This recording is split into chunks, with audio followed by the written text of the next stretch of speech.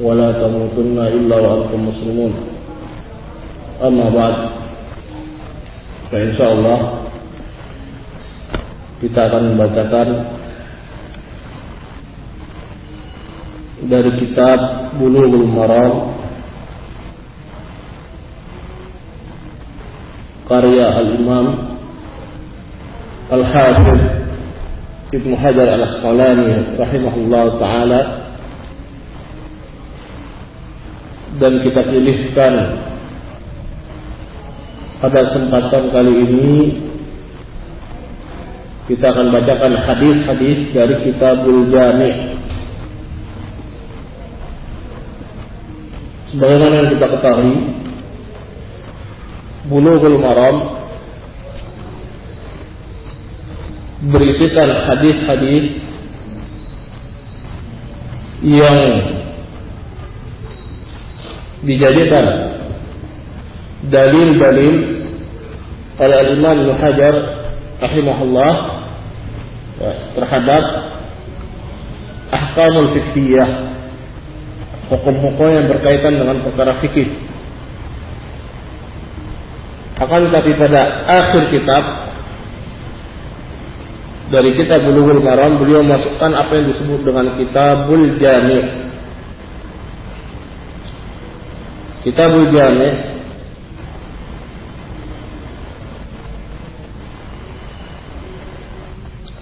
Al-Jami' adalah yang mencakup, mengumpulkan. Artinya bahwasanya Kitabul Jami' ini tidak berkaitan dengan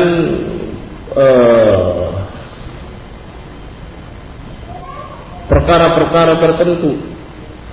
Bagaimana kalau kita katakan Kitabus Shalah atau Kitabut Taharah. Kitabut Taharah atau isinya hadis-hadis yang berkaitan dengan taharah.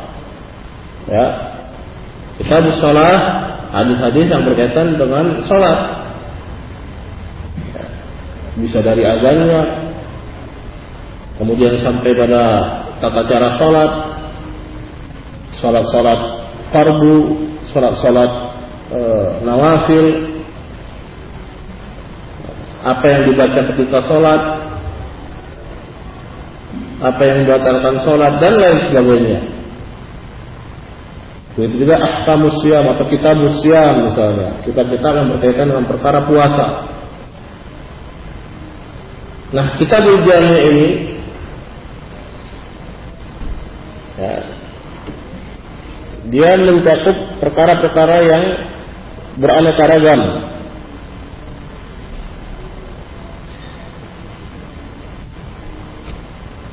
Adab, perkara adab, perkara berbakti pada orang tua, dan lain sebagainya. Nah, ini yang insyaallah akan kita baca.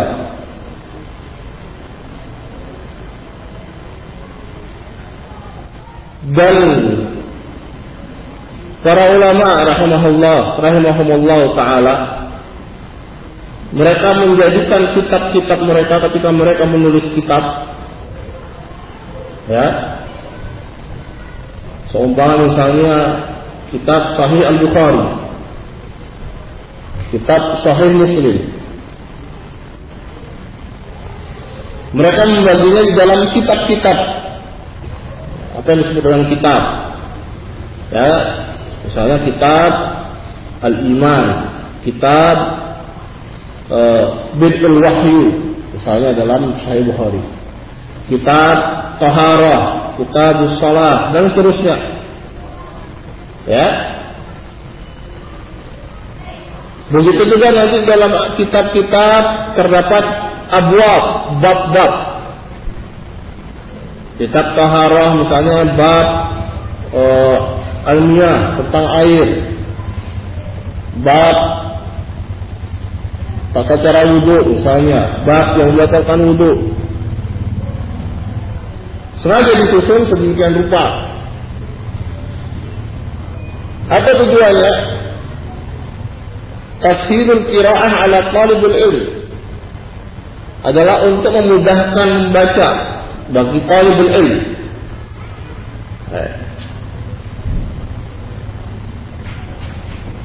Karena kalau kitab dari awal sampai akhir dia terus bersambung, tidak ada yang pemisah, ya. Tidak terbagi-bagi menjadi yang seperti dilakukan oleh para ulama ini akan bosan. Ya bayangkan nanti, ya kalau seperti misalnya Sahih Al-Bukhari terdiri dari sekitar 7.000 hadis, begitu saja tanpa ada kitab, tanpa ada pembagian ini, bagaimana kita akan membacanya? Ya, jangankan yang demikian,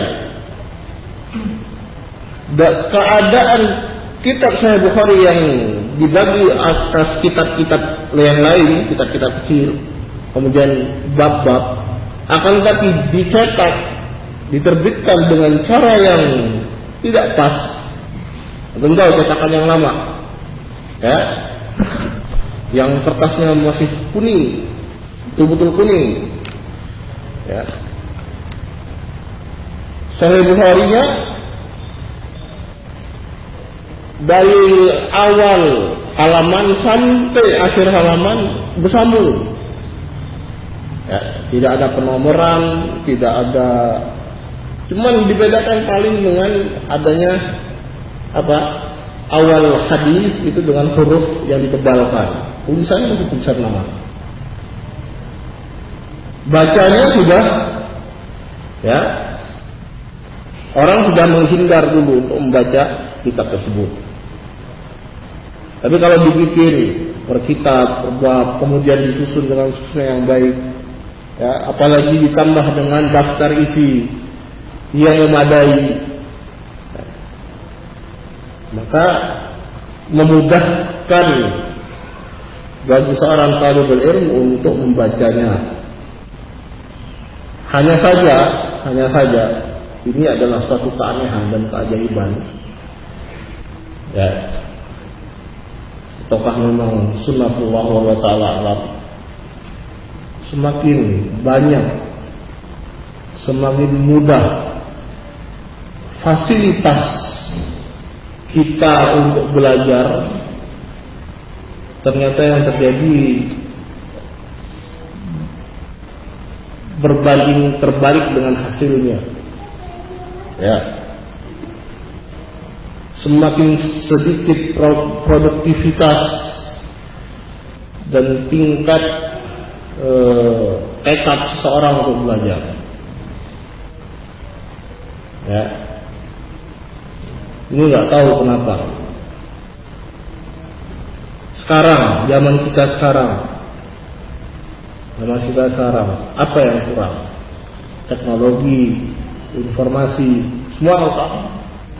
Nggak bisa beli buku, bisa beli CD, ya. Satu CD tipis isinya puluhan maktabah, puluhan perpustakaan, semuanya ada dalam satu CD. Kurang apa?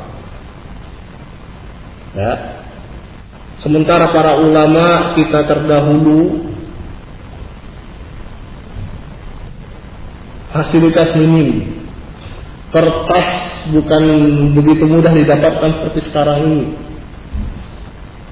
Baik. Ya.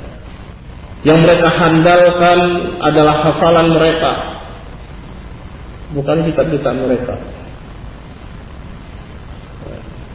Tapi lihat karya-karya mereka yang mungkin tidak bisa kita bayangkan ada yang bisa menulis seperti mereka. Sebutkan At-Tarikh Al-Kabir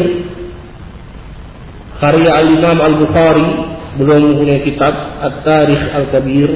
Di situ tentang rijal, ya, tentang rawi-rawi hadis yang ada pada masa beliau sampai pada masa sahabat. Beliau tulis dalam keadaan apa? Ya, di bawah sinar rembulan. Nah, ini bukan nulis puisi cinta, tapi benar-benar nulisnya di bawah cahaya rembulan. dia tulis. Bagaimana pujian ulama terhadap kitab ini? Subhanallah. Mujalladat mereka bisa nulis, berjilid-jilid mereka bisa menulis. Tapi kita saat ini Allah musta'an. Satu hadis sebutkan Al-Imam Syu'bah rahimahullah mendapatkan hadis, kemudian beliau telusuri, bukan dengan cara menelusuri mencari kitab-kitab yang ada di maktabah kemudian teliti, bukan demikian. Ditelusuri satu persatu yang meriwayatkan hadis ini dari kota A, kota B, dari kota B, kota C, dan seterusnya, sampai akhirnya kesimpulannya bahwasanya hadis tersebut dhaif. Subhanallah, hadis dhaif. Akan tetapi untuk mendapatkannya demikian susahnya. Akan tetapi barokah ilmu mereka terasa sama kita. Subhanallah. Dalam keadaan susahnya menuntut ilmu ketika itu, sampai ada yang makan ikan dalam keadaan sudah busuk seperti Ibnu Abi Hatim. Ada yang sampai meminum air seninya sendiri karena tidak ada lagi yang bisa diminum. Kita, subhanallah, dapat oncom Noah. Oncom, subhanallah.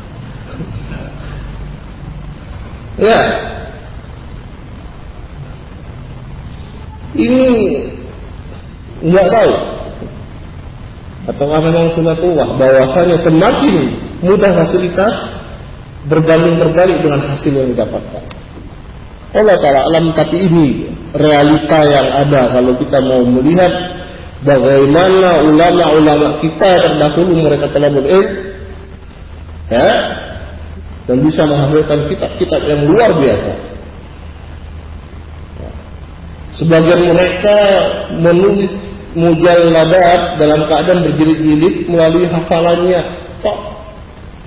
Bagaimana Ibnu Qayyim rahimahullah ta'ala menulis Zadul Ma'ad yang sekarang menjadi rujukan dalam keadaan beliau sebutkan dalam safar haji, dalam keadaan jauh dari buku-buku beliau, dalam keadaan yang namanya safar kita ketahui, apalagi safar ketika itu dipenuhi dengan kesulitan. Akan tetapi subhanallah menjadi karya yang fenomenal bagi beliau rahimahullah, Zadul Ma'ad. Inilah beda kita dengan mereka. Baik.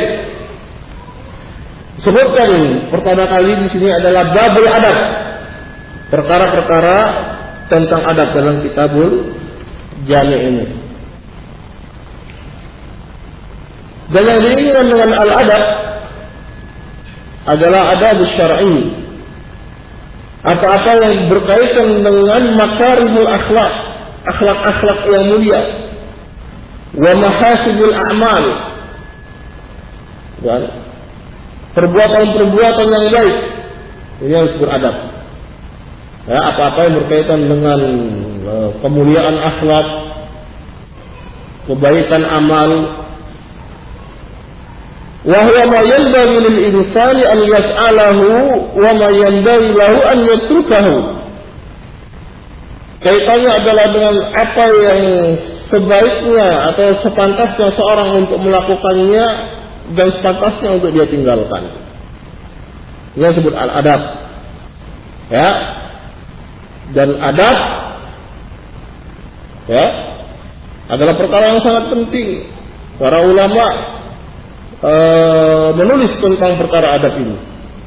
Di antara menulis tentang perkara adab ini adalah Ibnu Muflih. Ibnu Muflih adalah salah satu dari murid Syekhul Islam Ibnu Taimiyah. Beliau menulis Al-Adab Syar'iyyah, adab-adab syar'i.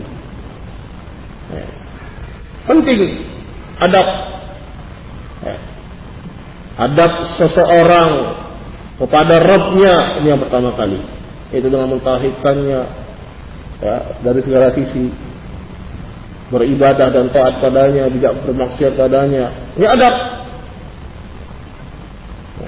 Adab seorang kepada orang tuanya, adab seorang kepada tetangganya, kepada sama muslim, perlu diajarkan. Ya. Semenjak dini hendaknya kita mengajarkan, terutama anak-anak kita, adalah perkara adab ini. Ya. Tidak bermanfaat anak kita hafal Quran tapi dia maling. Ya, apa manfaatnya coba? Tidak ada manfaatnya anak kita hafal Quran tapi dia durhaka pada orang tuanya. Ya. Tidak ada manfaatnya dia hafal sekian banyak hadis, ya, tapi dia seorang yang fasik, bermaksiat pada Allah Subhanahu Wa Taala. Pertama kali mengajarkan adab, adab kepada Rabb-nya, adab kepada orang tuanya, adab kepada gurunya. Penting perkara adab ini, bukan perkara yang tidak penting. Ya. Ini yang harusnya kita tanamkan kepada anak-anak kita adalah perkara adab ini. Ya, perkara adab. Adab itu mencakup perkara banyak hal. Ya, jangan dikira tauhid bukan termasuk adab. Adab kita kepada Rabb kita ini yang lebih utama untuk diajarkan. Ya. Baik.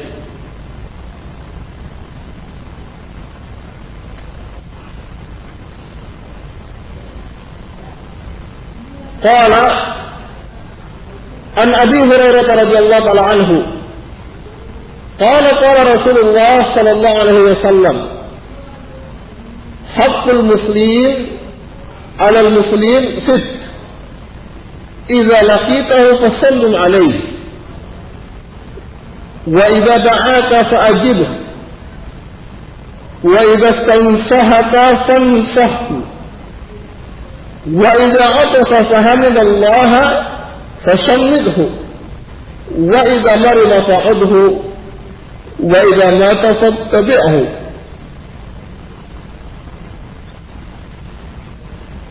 Rawahu Muslim. Dari Abu Hurairah radhiyallahu taala anhu bahwasanya beliau berkata, Rasulullah sallallahu alaihi wasallam bersabda, haqqul muslim, haknya muslim terhadap muslim yang lain, kewajiban muslim terhadap muslim ada 6, dalam hadis yang lain ada 5 ya, dan ini pun tidak masalah, saling melengkapi. Sittun, sebutkan di sini ada 6 diriwayatkan oleh Imam Muslim. Idza laqitahu fasallim alaihi, pertama kalau engkau berjumpa dengan seorang muslim, fasallim alaihi, maka ucapkanlah salam kepadanya. Dan kalau dia da'aka ini maksudnya dia mengundangmu, ya, maka penuhilah undangannya. Wa idza stansahaka fansahu, dan kalau dia meminta nasihat dari dirimu, maka nasihat juga. Ya. Wa idza atasa fahamidallah fashammithu, kalau dia atasa, ya, bersin, fahamidallah, kemudian dia mengucapkan alhamdulillah, maka shammithu maknanya doakanlah dia dengan yarhamukallah, namanya tasmid. Wa idza marida fa'udhu, kalau dia dalam keadaan sakit, jenguklah dia. Wa idza mata fattabi'hu, dan kalau dia wafat, meninggal, fattabi'hu, ya, ikutlah. Artinya ikutlah di sini, dia mengikuti, mengiringi jenazahnya sampai ke kuburan. Ini hak muslim terhadap kita. Baik, hadis ini hadis yang sangat agung, menjelaskan tentang haknya seorang muslim terhadap muslim yang lain. Ya, kita harus tahu hak saudara kita sama muslim, apa yang menjadi hak mereka atas kita, apa yang menjadi kewajiban kita ya, untuk mereka.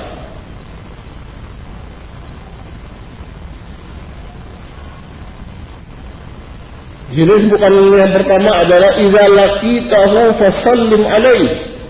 Kalau engkau berjumpa dengan seorang muslim, maka ucapkanlah salam kepadanya, yaitu dia mengatakan assalamu alaikum.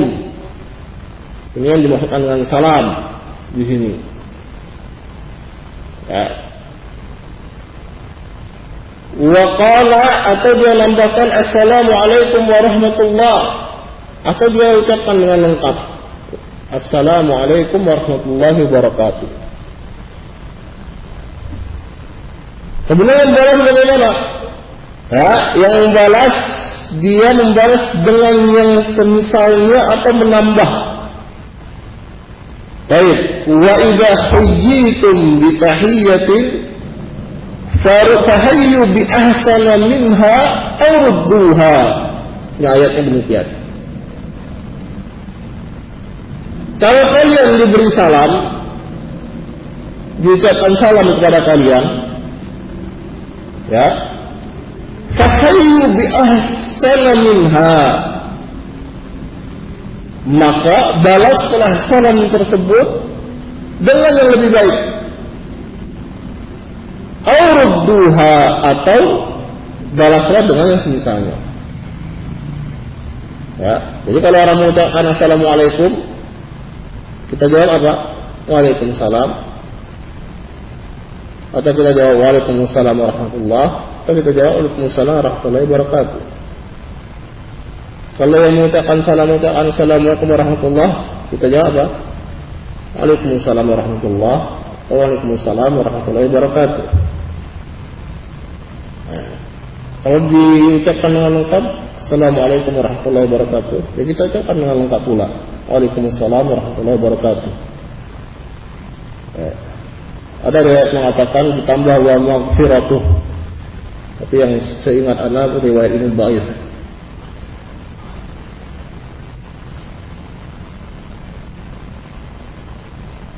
Ya, ini wal bid'ah bisalam sunnatun muakkadah.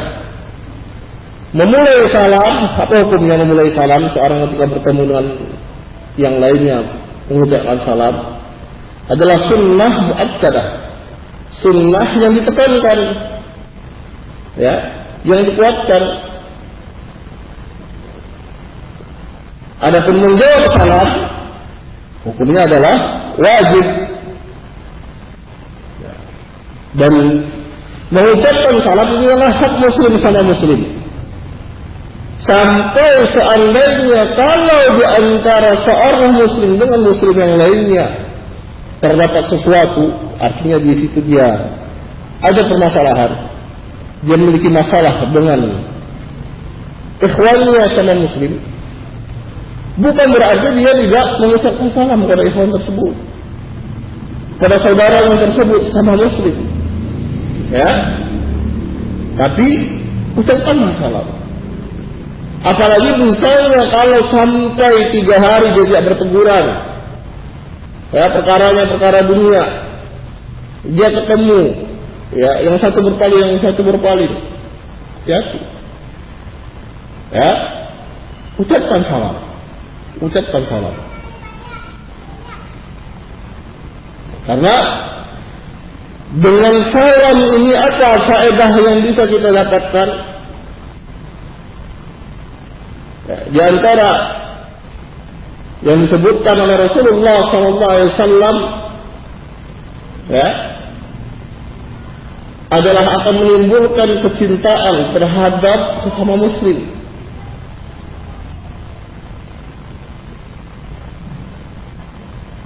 yaitu dengan mengucapkan salam, menyebarkan salam.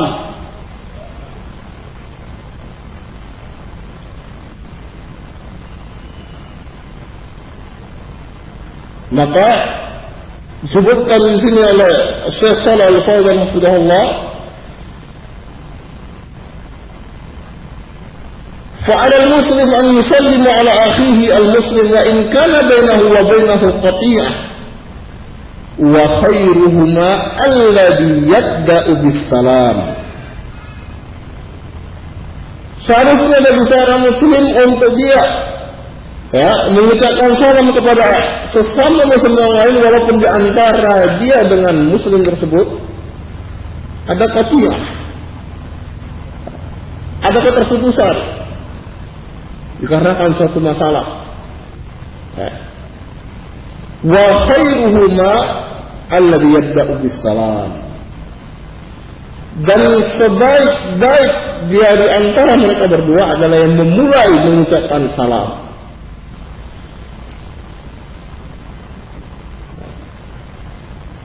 Memang ini teorinya, tapi untuk mempraktekkannya subhanallah susah benar. Ya, kita ini kalau ada permasalahan sedikit dengan saudara kita, 7 turunan la ilaha illallah, keturunan ke-8 baru selesai. Ya, jangan gitu. Harus kita berusaha untuk menghilangkan segala kebencian terhadap sesama muslim. Ya, mencintai sama muslim. Bagaimana kita bisa menghilangkan perasaan pribadi kita, ya, untuk apa?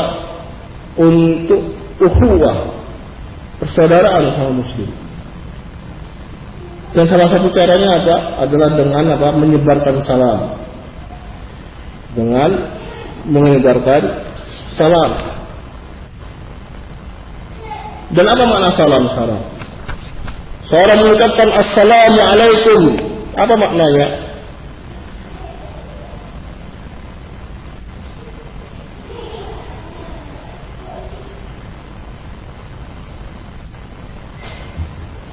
Syekh Shalih Al-Fauzan hafizahullah taala berkata di sini, "Fassalamu fihi masalihu 'azimah." Mengucapkan salam, dalam mengucapkan salam ini terdapat maslahat yang sangat agung.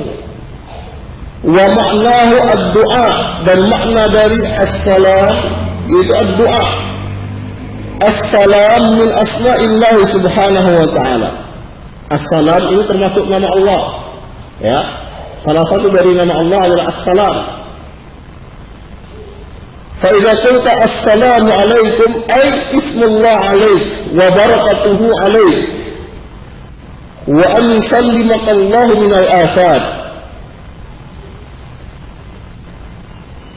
Fallahu was-salim wal musallim subhanahu wa ta'ala. Maknanya assalamu alaikum ay ismullah alaik, nama Allah atasmu dan barakahnya Allah atasmu. Wa yusallimak Allah minal afat, dan semoga Allah selamatkan engkau dari afat, kekurangan-kekurangan. Allahu was-salimul musallim, Allah yang menyelamatkan subhanahu wa ta'ala. Wakila as-salamu al-muradu bihi huna ad-du'a lahu bis-salamah wa lahu bis-salamah minal afat. Ya, yang diinginkan dari salam ad-du'a lahu bis-salamah, kita mendoakan saudara kita dengan keselamatan. Assalamualaikum, keselamatan atasmu. Ya, warahmatullahi wabarakatuh. Kita mendoakan saudara kita itu agar dia mendapatkan keselamatan,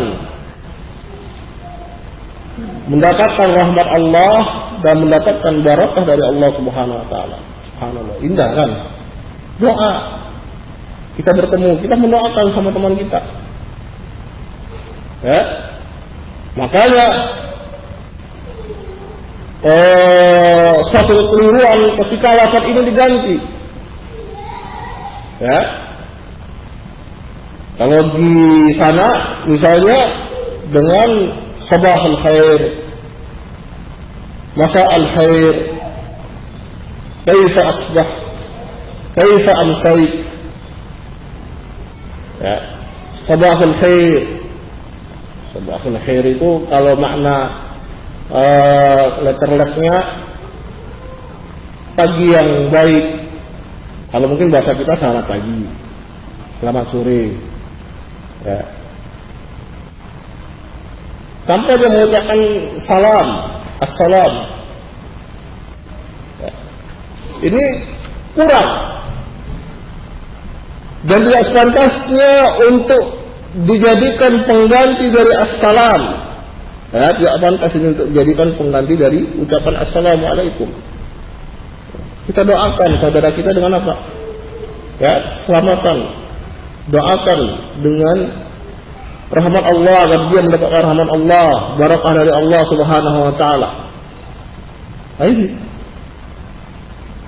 Maka pantas kalau dikatakan oleh Rasulullah SAW, afshus salam bainakum, sebarkan salam di antara kalian, supaya apa? Supaya timbul kecintaan di antara kalian. Kenapa kita timbul kecintaan? Karena kita selalu mendoakan saudara kita, mendoakan dengan kebaikan. Ya. Ini tidak cukup orang mengatakan kaifa asbahta, bagaimana pagi harimu, bagaimana sore harimu, bagaimana kabarmu hari ini. Sekedar itu aja untuk mengucapkan apa? Ya, ketika dia bertemu. Ya. Ucapkan Assalamualaikum. Kalau dia mau tambah, ya, bagaimana kabarmu, setelah dia mengucapkan salam, enggak masalah. Jangan tinggalkan salamnya. Jangan mencukupkan dengan apa yang menjadi adat kebiasaan tanpa ada mengucapkan salam. Dan para sahabat radhiyallahu ta'ala anhum idza laqiya ahaduhum al-akhar sallam alaihi fa idza iftaraqa aw halat bainahuma shajara aw jabalun aw shay' thumma talaqiya sallama ba'duhum ala ba'd min hirsihim ala ifsha'is salam. Bagaimana para sahabat mempraktikkan salam? Ya, mereka kalau bertemu satu dengan yang lainnya, mereka mengucapkan salam, kemudian berpisah, ketemu lagi, ya, ketemu misalnya jalannya pecah bangkai, ketemu lagi di situ, ucapkan salam lagi. Ya. Subhanallah. Ini semangat mereka di dalam apa? Di dalam menyebarkan salam. Semangat mereka di dalam apa? Di dalam menimbulkan kecintaan sesama saudara muslim. Ya, ingat bahwasanya ukhuwah Islamiyah, persaudaraan Islam, persaudaraan yang dibangun dari al-Islam, yaitu al-Islam as-sahih, ya, ini lebih kuat bahkan dibandingkan dengan apa? Dengan persaudaraan yang dibangun di atas nasab keturunan. Ya, bagaimana para sahabat ketika itu Umar, Abu Bakar, ya, pada perang Badar radhiyallahu ta'ala anhum, yang mereka hadapi adalah siapa? Kerabat mereka dari Mekah. Ya, ini yang mereka hadapi. Ya. Bahkan ketika terjadi perselisihan, perbedaan pendapat tentang tawanan perang Badar, tawanan orang-orang musyrikin, ya, sekitar 70 orang dari kaum musyrikin yang ditawan oleh kaum muslimin dari perang Badar. Apa kata Umar? Untuk membuktikan, menunjukkan keimanan mereka kepada Allah Subhanahu wa taala dan Rasulnya. Ya. Usulnya Umar radhiyallahu taala anhu adalah setiap kerabat memenggal kerabatnya sendiri yang masih kafir. Ya. Ini usulnya beliau. Menunjukkan apa? Menunjukkan kuatnya ukhuwah Islamiyah, persaudaraan yang dibangun di atas keimanan, ya, daripada persaudaraan yang dibangun di atas apa? Di atas nasab, keturunan. Baik. Qala asani idza da'aka fa'ajibhu. Ini hak yang kedua antara sama muslim. Idza da'aka fa'ajibhu. Kalau dia mengundangmu, fa'ajibhu, maka penuhilah undangannya. Ya. Idza da'aka akhuka muslim ila walimah fa'ajibhu. Kalau seorang saudaramu sama muslim mengundangmu untuk datang ke walimah. Walimah itu maknanya bukan sekedar walimatul uns. Walimah itu banyak. Walimah itu lebih maknanya kepada apa? Pesta, undangan. Ya, undangan itu bisa undangan pernikahan, undangan apa? Ya, undangan makan yang jelas. Di sini maksudnya. Fa'ajibhu, maka penuhilah undangannya. Au da'aka ila ayyi shay'in laysa fihi mahdur. Atau mengundang terhadap sesuatu yang tidak ada larangan di situ. Ya. Lima fi dzalika min tatibi khatirihi. Ya, karena yang demikian itu juga ada tatib yaitu ya kita menjaga perasaan dia. Ya, yang ketika kita diundang tanpa ada alasan yang jelas, kemudian kita tidak datang, ini akan menyakiti perasaan saudara kita muslim tersebut. Ya. Ila al-jabat ad-da'wa li walimatil 'ars atau li walimatil 'ars wajibatun. Memenuhi undangan untuk walimatil 'ars, ya, undangan pesta pernikahan, ini hukumnya wajib. Kecuali ada ujur hati. Kalau udah ujur nggak ada sesuatu yang wajib ya. Ya. Kata dia mendapatkan izin dari yang mengundang itu tidak hadir. Ya. Ini wajib untuk dia datang. Wa amma ijabatu ad-da'wah li ghairiha fa mustahabbah. Adapun memenuhi undangan bukan pesta pernikahan, bukan walimatul 'urs, ya ini hukumnya adalah apa? Mustahabbah. Baik, kita ambil satu lagi. As-salis wa idza stansahaka fansahu. Kalau saudara engkau sama muslim meminta nasihat kepadamu, maka nasihatilah dia. Ya, ini hak. Dia meminta kita untuk menasihati dia, nasihati. Tentu kita menasihati dia sesuai dengan ilmu yang ada pada kita. Ya. Sesuai dengan ilmu yang ada pada kita. Jangan tajarru. Apa yang tajarru? Lancang dalam artian dia menasihati tanpa ada ilmu. Jangan sampai. Apalagi ketika kasusnya adalah perkara yang sangat besar. Ya, perkara yang sangat besar yang seharusnya ini ditanyakan pada ulama. Ya.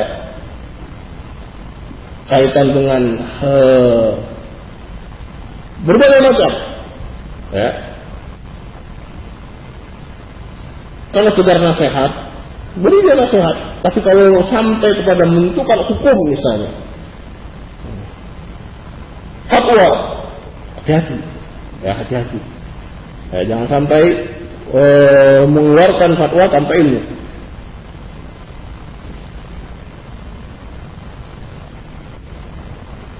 Jangan sampai kita menyembunyikan nasihat, ya.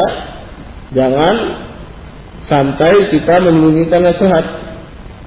Akan tapi sekali lagi, ya, bahwasanya apa yang kita nasihatkan kepada saudara kita sama muslim dan minta nasihat kepada kita itu adalah sesuai dengan keilmuan kita, ya, sesuai dengan apa yang kita ketahui dari ilmu ini, ya, tidak lebih dari itu. Jangan sampai ya kita menasihati tanpa ilmu, ya. Dan ketika dia misalnya minta nasihat pada perkara yang sifatnya di situ syakhsiyah, pribadi dengan pribadi yang lain, ya, Tidak mengapa untuk menyebutkan orangnya. Ya, yang memiliki permasalahan dengan fulan, sebutkan fulannya. Dan ini bukan termasuk dalam perkara ghibah yang dilarang dalam agama. Ya. Karena dia dalam rangka apa? Dalam rangka islah, dalam rangka memperbaiki, bukan dalam rangka ifsad. Ya, dalam rangka merusak. Ini tidak mengapa. Wallahu taala alam. Ini yang bisa kita sampaikan, dan kita tidak banyak-banyak dalam mengambil suatu pelajaran, biar ada waktu jeda untuk istirahat juga. Naktafi lahna subhanaka wa bihamdika asyhadu an la ilaha illa anta astaghfiruka wa atubu ilaik. Assalamualaikum warahmatullahi wabarakatuh.